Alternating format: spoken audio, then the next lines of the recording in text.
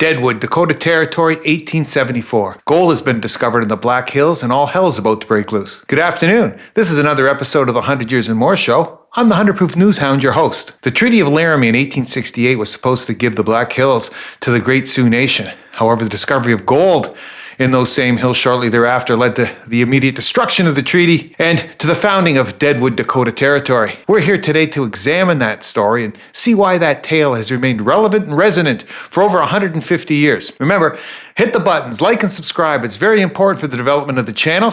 And let's get on with our show. What was the rush to get to the Black Hills? What was so important about them? They're not big by North American standards, only 5,000 square miles. That's 50 miles wide and 100 miles long. The only thing that commends them really is the fact that there's gold in there, and that's enough. Here we have a headline of the Daily Champion, Deadwood, South Dakota newspaper, June 12, 1877. The Black Hills. Today there is no man living who can estimate the wealth of the Black Hills in gold. Deadwood Gulch has scarcely been prospected and yet has yielded not less than $3 million of gold. That's about $90 million today. It will be worked from rim rock to rim rock just as long as color can be obtained and will yield probably $15 million, if not more, before January of 1887. We believe that pay will be taken from the Gulch for 20 years. They're talking in today's dollars, $1 billion industry here, all around Deadwood, Dakota. Oh, I'm saying Dakota Territory because it doesn't become North and South Dakota till 1889. So let's keep correct. It's Dakota Territory. Not everything though was rosy around the Black Hills in 1876. Here's an article of San Francisco Chronicle, Wednesday, March 22, 1876, and that's about 3 months before General Custer and the Battle of Little Bighorn. It says here, the Black Hills. A rush of gold seekers from Laramie to Cheyenne.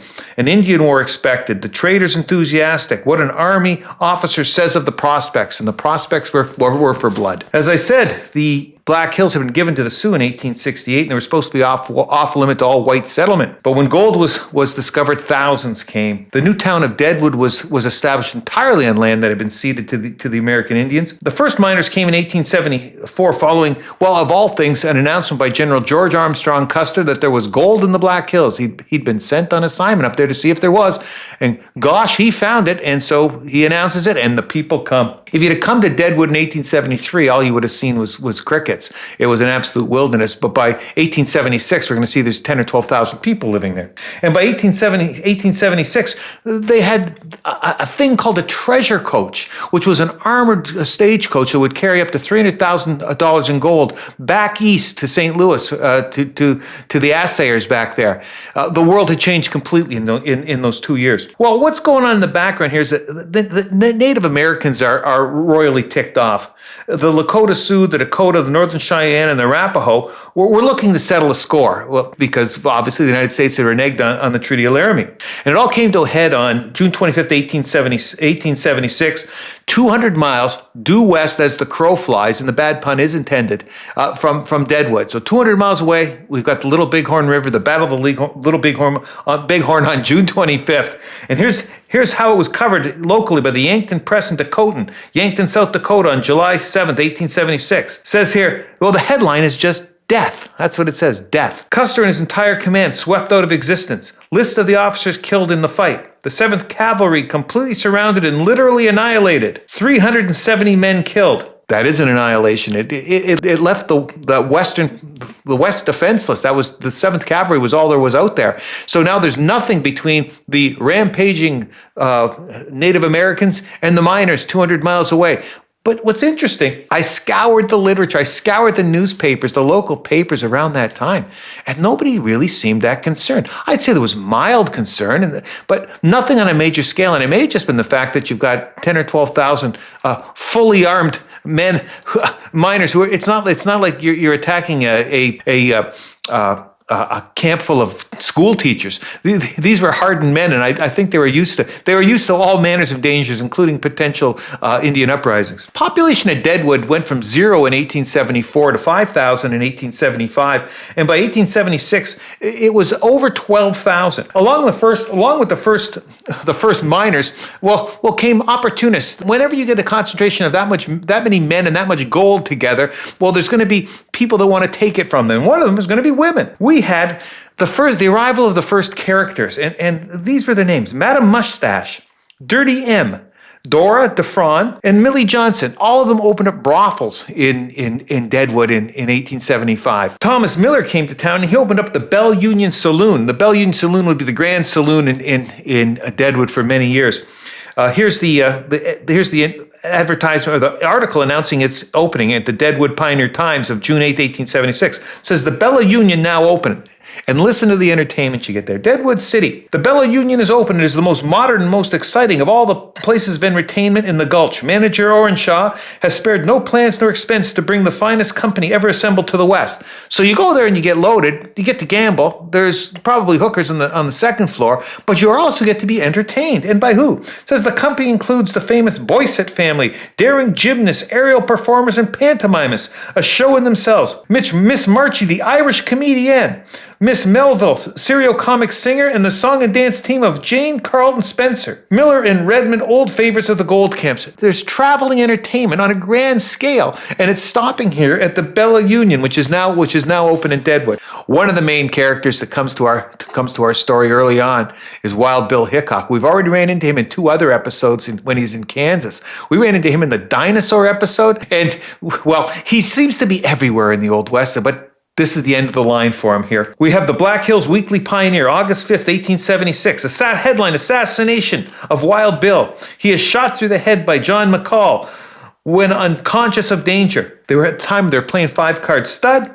The hand that was on the table in front of Wild Bill was a pair of aces, a pair of eights. We don't know what the whole card was. There's much speculation on that, but you can choose any card you want. It says here in the article, on Wednesday about 3 o'clock, the report was stated that J.B. Hickock, Wild Bill, was killed. We found the remains of Wild Bill lying on the floor. The murderer, Jack McCall, was captured after a lively chase by many of our citizens. So he was chased about and captured. He was taken into custody and a guard placed over him. They don't have like a real jail at that point in time. It's kind of like well, do you remember the movie Support Your Local Sheriff? James Garner arrests Bruce Dern, and they go back to the to the jail. And there's no bars because they on the jail yet because they haven't arrived from back east. And James Garner makes the comment that don't look at us too critically. We're just getting started. And that's kind of what we're doing here in Deadwood at the time. They're just getting started. And so they have to improvise in the jailing of Mr. McCall. So McCall goes to trial. And remember, this is the Wild West, so anything can happen. Here's the headline of the Deadwood Pioneer Times, June 8, 1876. McCall is innocent. Justice miscarries. It says here, if ever justice miscarried, it did so in Deadwood last night. There is no law in the camp. The prospectors and miners enraged at the useless and senseless killing of Wild Bill Hickock. The marshal, whose guns carried innumerable notches, formed a hasty court. Under heavy guard, Jack McCall, Wild Bill's slayer, was brought into the Bella Union Theater for the first trial since gold was discovered in the Gulch a few months ago. Judge Kuykendall was on the stand. Mr. Budd was the clerk. Colonel May, the prosecutor, and Judge Miller was named by the court to defend the assassin. The jury was pulled in from the trails. So a jury of his peers in this loosely assembled court that doesn't appear to have much in the way of authority. Like, this isn't an actual district court or anything, but they're going to try him anyways. The jury, 12 good men and true, said he didn't do it. It took them only a few minutes to bring in their verdict of acquittal. Incensed and bitter, with gun in hand, Colonel May dressed them down, called them yellow livers and not fit to be called men. Just as angry, Judge Kuykendall ordered McCall to get out of town and stay out. McCall's defense was that he was avenging the death of his brother at the hands of Wild Bill, and the jury bought it for what it was worth, and off he goes. McCall would be reapprehended a short time later, and a proper court would be convened with real district judges, like from the territorial office, and with real lawyers. And it would take but a day to do the trial, and he would be convicted, and the jury would come back in shortly thereafter, and he would be found guilty and hung, and justice would ultimately be done. So he's one of the few men in America to be tried twice for murder. But the first court was basically a kangaroo court, and it was recognized that by the second court. The Wild West was called the Wild West because wild things happened. And there's examples of that throughout the literature here in the newspapers of 1874 through 1876. This, I would state to you, is a typical Saturday night in Deadwood, Dakota in 1877. Here we go. Well, this article is written, it's written, if you can think of it as being written by Dutton Peabody. Who's he? Well, he was the editor of the Shinbone Star in that movie, well, the great movie, The Man Who Shot Liberty Valance. Think of a man like that writing this, because they don't write like this anymore. Headline is, A Shooting Affray. First off, let's start with the headline. What the heck is that? What is an affray? Back then, people would know. I've been stating this throughout our little talks here, that people of 100, 200 years ago were much better educated than we are now. They headlined this article, "A Shooting Affray." What's an affray? An affray is a public order offense consisting of the fighting of one or more persons, I don't know how one person can fight, in a public place, it has to be in a public place, to the terror of ordinary people. So if you are brawling in the streets without regard to the people around you, that's an affray. So there's a shooting affray here sometime in April of 1877. It says here, Daniel Finnegan, age 28 of Pennsylvania, and Henry Porter, age 23 from New York State, went to the theater together Saturday evening to see the fun. And the theater would be like the Bella Union, to see what was going on with the acts there.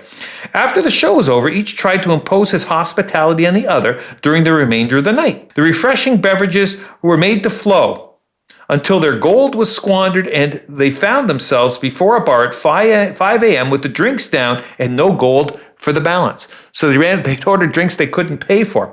This state of affairs caused a dispute between Dan and Henry, and it led into the street to talk over the matter. Really, they're going to go out the street and talk over that. After talking and rolling in the mud for 2 hours, Henry at length became tired of the slow progress towards settlement and kindly borrowed Daniel's revolver, so the revolver from the other fellow, not having one of his own.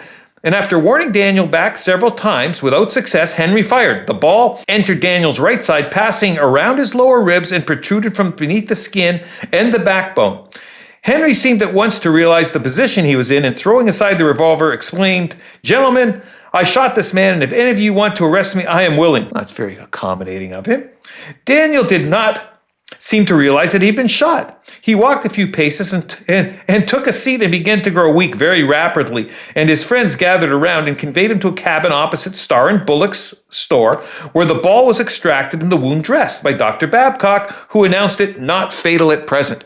And what he meant by that was, think of President McKinley. When you were shot, if you didn't die instantly, there was still a great chance you might die of infection later on. But for the time being, this gentleman's wounds were not going to be fatal. It says here, the sheriff found Henry at about 6 p.m. and placed him in confinement. Daniel and Henry have been but a few weeks in the hills and were until this unlucky occurrence mutual friends. It says Henry is sorrowful and repentant, while Daniel is at present laboring under severe pain and not in a condition to expose or express his views in full. Well, that's a story. You're not going to see a story like that in any modern newspaper. It's done with just the right tenor. It conveys the seriousness and the absurdity of the incident. Now, how are people in the Black Hills looked at by the rest of society? We get a view of that in the Black Hills Champion, Monday, August 27th, 1877, because the editor of the Bismarck Tribune decides he's going to spend a few weeks in the Black Hills and get an opinion of the locals, and that helps us give a sense of the place. It says here, the climate of the Black Hills is delightful. The days are warm but not oppressive in summer, while the nights are cool. In winter, the snow is not deep, and the gulches are partially protected from the heavy winds by the hills and the timber. It says here, with respect to the people, society is mixed, and you will occasionally find a high-toned citizen tripping the light fantastic in the hurdy-gurdy with Can Dolly, Calamity Jane, or some other character in the hills as a partner. You find more characters. That's going to be the theme of this whole thing. There are more characters in Deadwood, Dakota than I've ever seen in any other location in such a condensed period of time. And who's Can Dolly? Can Dolly, think of the dance, high-stepping. Can Dolly, by the way, is a good-looking woman of about 20. I saw her but a moment, having proposed to kick your hat off for drinks. So she will do the can and kick the hat off your head if you'll buy her drinks. Seems a fair proposition. It says the hills are full of characters, male as well as female. The female gambler and the male prostitute. The man who would cut your throat for a few dollars, and the gentleman fellow who would rope you into a bunco game and take you for all you're worth. It says here, yet law and order prevails, and life and property secure to those who attend to their own legitimate business. More murders occurred in the town of Bismarck during the first 2 years of existence than has occurred in the towns of the Black Hills. So he finds it to be, well, interesting, but not particularly unsafe. Now, it says here, speaking of characters, we must not forget the politicians. We find them of every grade. The brilliant and wealthy Spencer, a U.S. Senator from Alabama, and actually he was there. Senator Spencer from Alabama decided to relocate to the Black Hills for the business opportunities that were presented there. And they also note that 2 2 other sitting members of Congress are presently living in the Black Hills. And remember, Teddy Roosevelt's going to be coming out there any day now, too. It was quite the thing back then for people with ambition to go west and seek their fortune. One of the crazy things it said here is Deadwood has 60-odd lawyers and several doctors. 60 lawyers in a town of 10 or 12,000 people.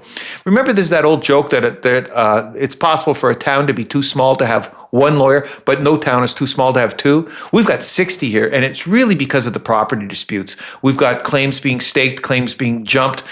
You've got to get the deeds of claims properly registered. You need lawyers. There's going to be litigation arising out of those claims. You need lawyers. People with money or without money just want to sue people with money to get their money, and that means lawyers too. So you got 60 of them. What about the appointed positions? Well, let's have a look, and it leads us to one of our other characters here.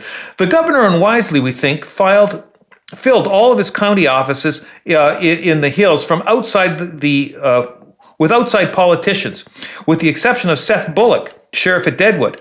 And through his appointees, and those appointees all were good men, Bullock is probably the only one of them who will be sustained by the people, who will, after his term is up, will be voted back in. Bullock is a good one. He has nerve and experience, is above reproach and personally popular. No better man could be found for the position he occupies. Seth does not deserve to be classed among the politicians, however, but among the businessmen of the hills, for he is all business, and whenever you find him, whether in the discharge of official duties or as he's an active go-ahead merchant. Deadwood is fortunate also in its newspapers, and they note that it has 3 newspapers. Each one serves a different constituency. So we've got 1 good politician, Seth Bullock, and 3 good newspapers here. Now, who is this paragon of virtue that the editor of the Bismarck Tribune waxes so eloquently about? Who is Seth Bullock? Well, Seth was born in 1849 in Amherstburg, Ontario. It's a little city still there. It's about 20,000 people on the Detroit River, across the river from Detroit. He's born in 1849. His father's involved in local politics, but it gets involved in some kind of scandal in 1860 and has to flee to Detroit. Seth's mother's going to die a few years later, and he bounces around with relatives locally until he's 18 years old, and he takes off. And where does he go? He goes to Montana. He's going west, and even for a little further west than the Black Hills at this time. When he gets there, he's a young man. He's like 22 years old. He's elected to the Territorial Senate. While he's in the Senate, he's one of the fellows that votes for the establishment of the Yellowstone National Park. In 1873, he's elected sheriff of Lewis and Clark County, and that sort of begins his career. It's almost a side hustle in law enforcement. His main career is a businessman, but he becomes incredibly successful in both arenas. As a businessman in 1876, he moves to Deadwood. Why? Well, because the gold rush is there, and he wants to be one of those guys. He knows that the gold miners don't make the money. The guys who make the money in a gold rush are the fellows, the merchants that are selling gold miners $100 shovels and picks. You can make 10 times the money a gold miner can make just selling the equipment he thinks he needs for the process of mining. He moves there, but not by himself. He moves there with his good buddy and a fellow who's going to be his lifetime partner, Saul Starr, a fellow who's Jewish, a Jewish fellow on the Western Prairie. That would be could be the subject of an amazing book. Jews in the West. Who knows? But anyways, Saul Starr is his partner, his business partner and friend for the rest of his life. And we happen to know the exact day. We know the exact day that he arrived in Deadwood, Dakota.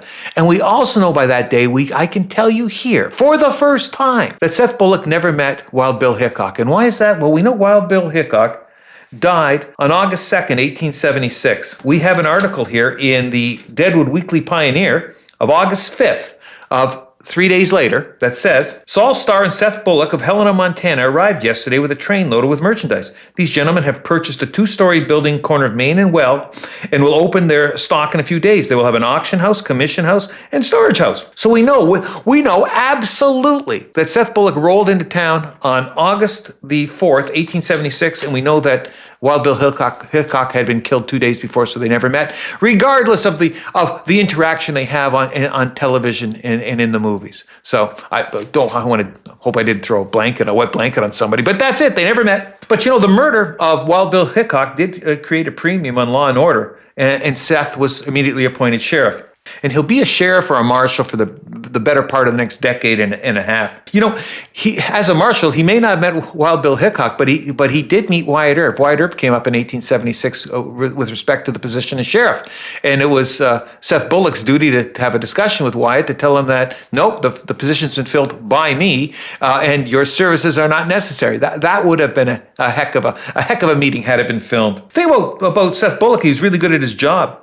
And being good at your job can create some enemies, especially when you may have a potential conflict of interest between your duties as a sheriff and your duties to yourself as the proprietor of the finest retail establishment in the district. Now, he was a businessman and he had many varied business interests.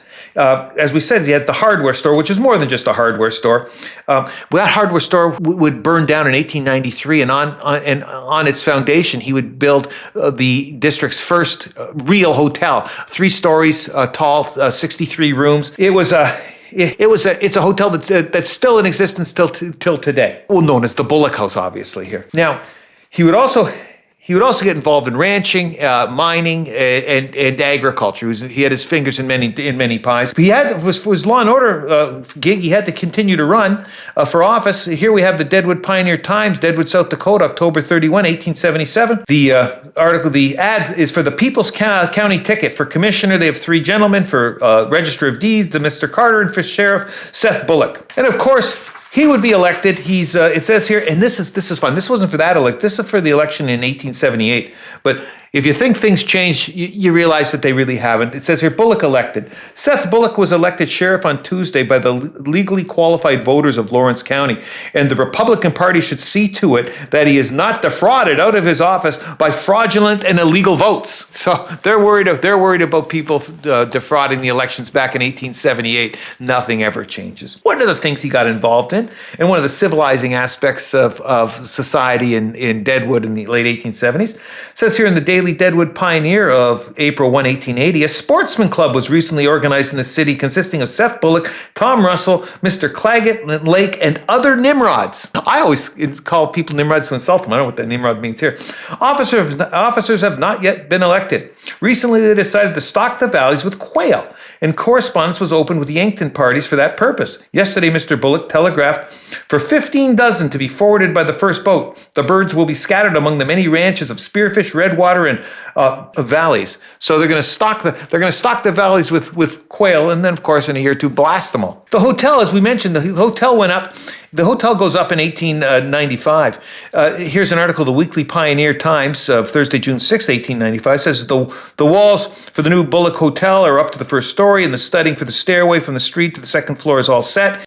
Nothing on the category of nothing ever changes. It says the committee accepted the plans as published in the Pioneer a few days ago, and guaranteed the $4,000 bonus so that a hotel is reasonably assured to be built at this time. Even in 1890, in the far west, you've got to run your plans by the building committee in order to get everything approved. Who'd have thought? So he'd make all kinds of money in business, and if that had been all he did, it would have been probably enough for a life. But what made him most famous nationally hadn't occurred yet. And what that was, he would have a chance meeting in 1884 with Teddy Roosevelt. Well, Teddy, remember, we did our own Teddy Roosevelt analysis a few weeks back, and from 1884 to 1886, he was out west. Well, out west for Teddy was right in Seth Bullock's bailiwick, and so they actually met. And then not only did they meet, they became lifelong friends. They were such good friends that Teddy would suggest that Seth raise a regiment for the Spanish-American War, and Seth would actually do that. They were actually training in Texas when the war ended. He was on his way to battle. President McKinley would name him at the request of Roosevelt. He would name him the first forest supervisor of the Black Hills Forest Reserve. So he's a nature guy, and he gets a government appointment through Teddy. He would even march in Teddy's 1905 inaugural parade. The friendship between Teddy Roosevelt and Seth Bullock was such an unusual thing from high society Roosevelt to the far west sheriff. It was promoted in newspapers across the country, and Seth Bullock became a celebrity from coast to coast. In fact, when he dies, and we have the headline here from the Lead Daily Call of September 23rd, 1919. Captain Seth Bullock, patriot and pioneer, soldier and good citizen, is summoned by death. Summoned by death. What a phrase. Nowadays, people just die. But back then, in the much more literate, educated 19th century, you were summoned by death. And the body of the article mentions extensively the lifelong friendship he had with Teddy Roosevelt. So now it's time to go on to some other characters. And we're going to start with a little riddle, or a little quiz. I don't know what the heck it is. Here he is. What do Doris Day, Dina Merrill, Estelle Parsons, Stephanie Powers, Jane Alexander, Angelica Houston, Jean Arthur, Frances Farmer, Jane Russell, Yvonne DiCarlo, Catherine O'Hara, and Ellen Barkin all have in common? Well, it's obvious. They all played Calamity Jane, either in the movies or television. Who was Calamity Jane? Well, that's the thing. Nobody kind of really knows, although I think we've got more insight than most in here in our discussion that we'll get here in just a second. Here's an article from the Yankton Press in Yankton, South Dakota, July 23rd, 1877. It says here, Calamity Jane, the adventures of a remarkable frontier character. It says here, the return of the well-known frontierswoman Calamity Jane to Cheyenne, which took place yesterday, was one of the few events of a dull, sultry July day. She is known by all of the old settlers, from Texas to the Black Hills and from Missouri to the Pacific Slope. And yet how few in the Rocky Mountain region know her real history. And he goes on through 3 columns to tell what he says is the real history, and none of what he says is true, not even close. He says that her Calamity Jane, whose real name is Jane Coombs, that's not right. Well, I'll just paraphrase what he says. He says that she went out west looking for fame and fortune, that when the Civil War came in 1861, she dressed as a man, enrolled in the cavalry, and served in the Union Army as a cavalry soldier and spy until she was discharged in 1865. Then in 1865, she went to Texas and learned how to round up cattle and lasso, and she became great at all baloney. None of that ever happened. The closest thing we've got to a story of what really happened is this article that I found. Again, it's the same newspaper, the Yankton Press in Dakota, July 6th, 1875, and this is right when she gets there. So this is all anybody knows about her. And the headline of the article is "A Strange Creature." It says, "A strange creature has been a camp follower of the outfit since leaving Laramie." And so the outfit is the cavalry. So she's a hanger-on of the cavalry. You recall the touching story of camp life, and he talks about a book called The Luck of the Roaring Camp, and how she's exactly the same as a character in that book called Cherokee. Says the only difference is her name is Calamity. He goes, "This Calamity, which high latitude nomenclature has her, is a young woman who has followed the expedition from the first until now. Her costume, I must confess, is remarkably similar to that worn by Uncle Sam's boys, and it does not appear to be the custom here for ladies to ride as they do in the East. Certainly, it is, however, that Calamity has the reputation of being a better horseback rider, mule and bull whacker, those are drivers, and more unctuous coiner of English and not the Queen's pure either than any other man in the command." So she can swear better than anybody else in the outfit. "And it is even whispered that a certain Le Petit Corporal knows why Calamity came to the hills and how, but no, he's never found, and we don't know what his story is. But she just comes. She appears in 1875 along with the cavalry. And what does she do when she gets there? How does she build a reputation? It's 1,000 little things." Here's a headline from the Black Hills Weekly, June 8th, 1876. "Calamity Jane is nurse. The man Warren, who was stabbed in Lower Main Street Wednesday night, is doing quite well under the care of Calamity Jane, who has kindly undertaken the job of nursing him. There's lots of humanity in Calamity, and she's deserving of much praise for the part she has taken in this particular case." So she's a nurse. She's Florence Nightingale. There's an article in the Black Hills Weekly Times, July 26, 1879. "Calamity Jane's virtues. Upon hearing of her illness, a man who'd never met her sent a man to see her and ascertain what her needs were, and say that he would pay at his expense." So she's so well thought of, she gets sick, and a gentleman who's never met her sends someone over to look after her. But also, and why would they do that? They know that many a man has been stricken with disease in the wild, in unfrequented corners of the frontier where no woman but Calamity dared to penetrate. They owe their lives to the tender care of this rough diamond of the border. So she has a reputation for caring for people in this case, in the woods, in the deepest woods, where no one else but her would go. What else did she do? Well, she occasionally worked for Dora DeFran. We're going to see here, noted madam. Now, what she was doing there? Well, there is some indication she might have been a dance hall girl, but she was also a stagecoach driver, a nurse, a cook, an all-around character. And no one is willing to deny is that she drank an awful lot. Well, that's okay. We'll cut her some slack on that one, given the fact that she's such a humanitarian and everything else she does here. She managed to accumulate some assets. Here's an article in the Yankton Press and Dakota of May 23rd, 1879. Calamity Jane, a noted Black Hills character, was a passenger on the steamer Dakota for Fort Pierre en route to the hills. She has sold her claim in the hills for $16,000 and has the money with which she proposes to open a ranch in the Black Hills.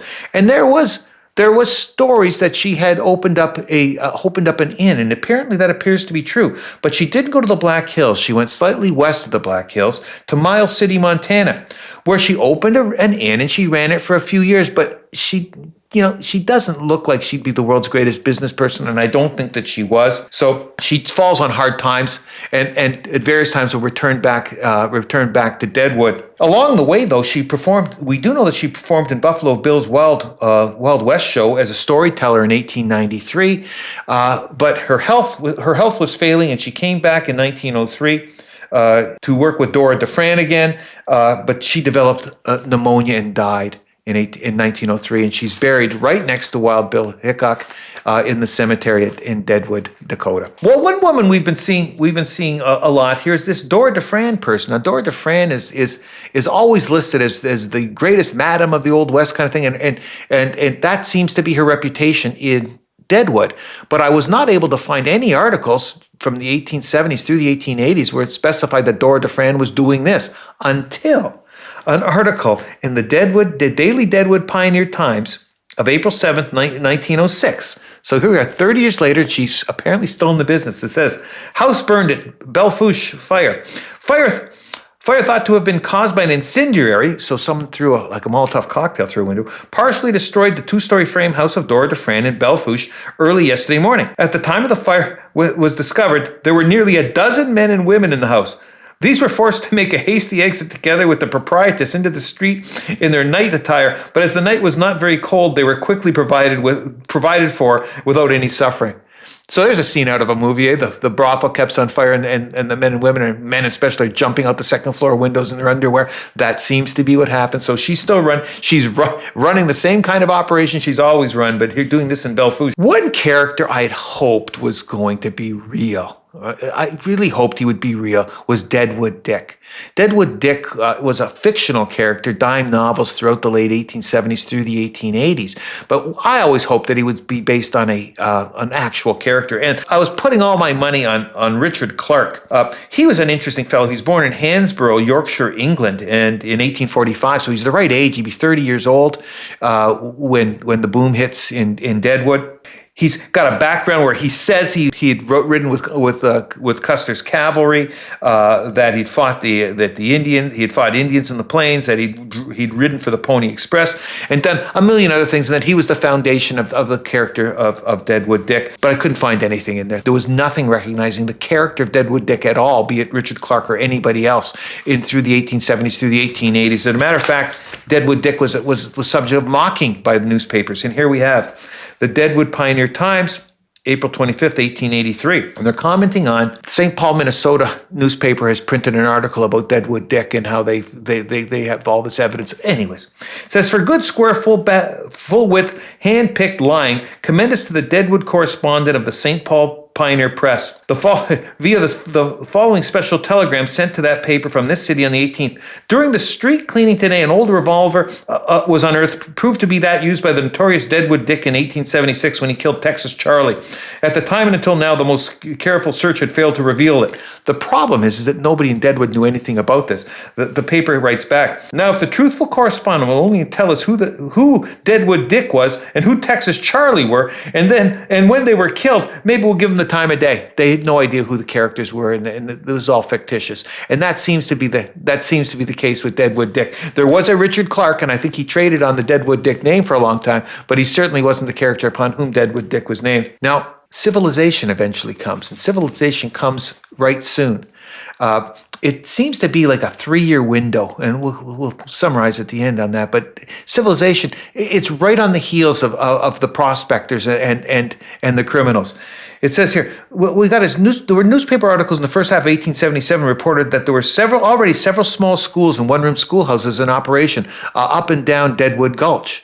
That the schools were being run in churches and fraternal organization halls, but that wasn't good enough. By 78, they wanted real schools and real buildings, and they wanted to organize their efforts in that behalf. And so we have an article in the Deadwood Pioneer Times of August 15th, 1877. It says here, schools at the meeting of the board of directors of Deadwood School District, and by the end of 1877, you got bureaucrats. You've got the Deadwood School District. Monday evening, there was an evident determination to push matters to an early completion of the erection of buildings for school purposes. So they're already proposing schools be built by the end of 1877, and those schools would be built and would be improved upon. A major school would be built, a high school would be built in 1924, which would last till 1971 when they merged with Lead City. But the schools come, and the bureaucrats come, and the wives come, and in that little 3-4 year window, it's the whole place just settles down so that you got to be playing baseball. Here's the Deadwood Pioneer Times of Friday, June 20th, 1879. It says here, the favorites of Lead City and the Deadwood baseball clubs will play a match game on the 3rd of July at Lead City. Well, that's it. By 1879, you got churches, schools, fraternal organizations, sporting clubs, the gun clubs and such. You may as well be living in St. Louis. That riotous, fun, crazy, wild time lasted 3 years. And why? The Wild West lasted 30 years. That it really did last from 1870 to 1900. The thing is, it lasted about 3 days at a time. If you were on the edge of expansion, you had about 3 years where you were the Wild West, and then civilization would come, meet you, you'd become civilized, and the crazy Wild West would move on. It would take 30 years to get to San Francisco and LA, but each individual town was only there for a year or 2 or 3. Why is Deadwood, South Dakota so different? Deadwood, South Dakota is so different because of the characters. Characters that rose to national prominence, the end of the line of Wild Bill Hickock, Seth Bullock, nationally known lawman, Calamity Jane, probably the most significant female figure in the Wild West. It's the people that made Deadwood, Dakota, and we can now call it South Dakota because we're past 1889, made it so unique. So let's raise a toast with our theme cocktail to the people, the pioneers of Deadwood, Dakota. We're going to drink the favorite drink of Richard Clark, our wannabe Deadwood Dick. It's called a Yellow Daisy. It's kind of like a martini, but built up and flavorful. Here we go. 2 ounces of gin, 2 ounces of vermouth, 1 ounce of Grand Marnier, and a dash of absinthe. Take all that, pour it into a tall mixing glass, stir it on ice with your big long spoon about 30 times to get the proper dilution and to get temperature down. Then strain it into a chilled coupe glass. Coupe glass is our 1930s champagne glass. Strain it into that coupe glass and garnish with a twist of orange. And you got yourself a Yellow Daisy, and Deadwood Dick would be proud of you. So we'll see you again next week for another episode of the 100 Years and More Show. In the meantime, hit that button, like and subscribe. We need the hits. Take care, everybody. Good night.